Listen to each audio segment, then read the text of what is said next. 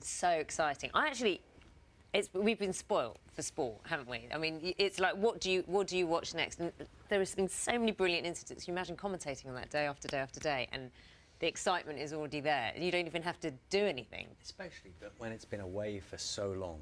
Yeah. You know, those guys who commentate on the tennis, Wimbledon, you know, it hadn't happened. Lo and behold, they have it. What a thing. Brilliant. Gargling, didn't people used to gargle a lot, didn't they, to get their throats Salt better? water gargle. Fallen out of fashion, I think, gargling.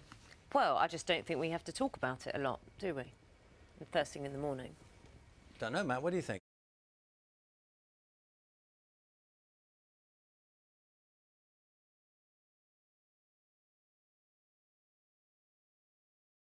The honey and lemon and fresh ginger.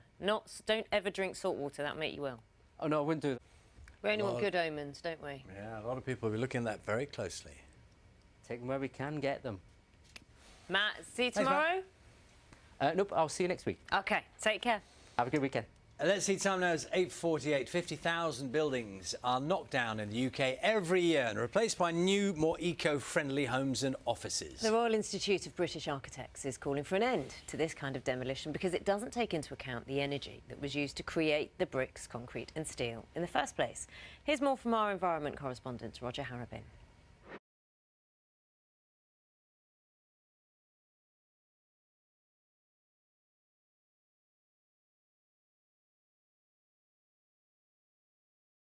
Let's see, time now is 8:48. 50,000 buildings are knocked down in the UK every year and replaced by new, more eco-friendly homes and offices. The Royal Institute of British Architects is calling for an end to this kind of demolition because it doesn't take into account the energy that was used to create the bricks, concrete and steel in the first place. Here's more from our environment correspondent, Roger Harrabin. Well, we can talk to Chris and Zand now. Morning, both. Hey, morning. How you doing? All right. Have you recovered, Chris? We spoke about this before, about that documentary you made. Have you recovered from all the ill effects of it? Because they were long-lasting.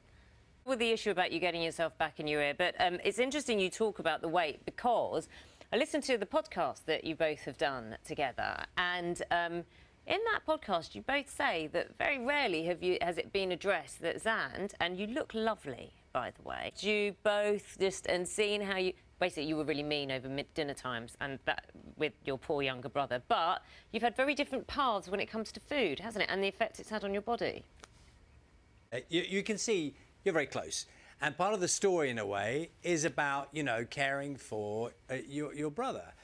Now, what I heard, Xander, was clearly there's a serious emotional and psychological element to this, and I think you've been pretty open about your own concerns and asking yourself questions about, you know, why you were putting on weight and why you were that much bigger than your brother, and that's you know, that got to you. Am I right about that? There were times of real concern.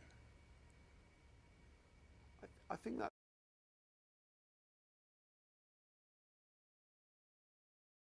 Chris, do you mind if I just chip in? I was going to use the phrase, the takeaway for some people about your story is, and given what you were just saying about how you talk to each other, I don't know, you know, there'll be people, we know there's an obesity problem in the UK. A lot of, 60% of people are overweight. And a conversation, like a first conversation, saying to someone, you know, what about your weight? You know, these are very delicate, difficult and important conversations, aren't they? Moment in time, Zand. No. Cast is called Addicted to Food. Time now, 8:59. And now you might just remember last month we spoke to 5 military veterans with life-changing injuries who are taking on an immense challenge. So the challenge is kayaking from Land's End to John O'Groats. Where are they? The moment that was. Oh. Wow. Let's give you a real treat. We're going to head over to Wellington Barracks in central London for some live music. Might not be what you always would expect. Our reporter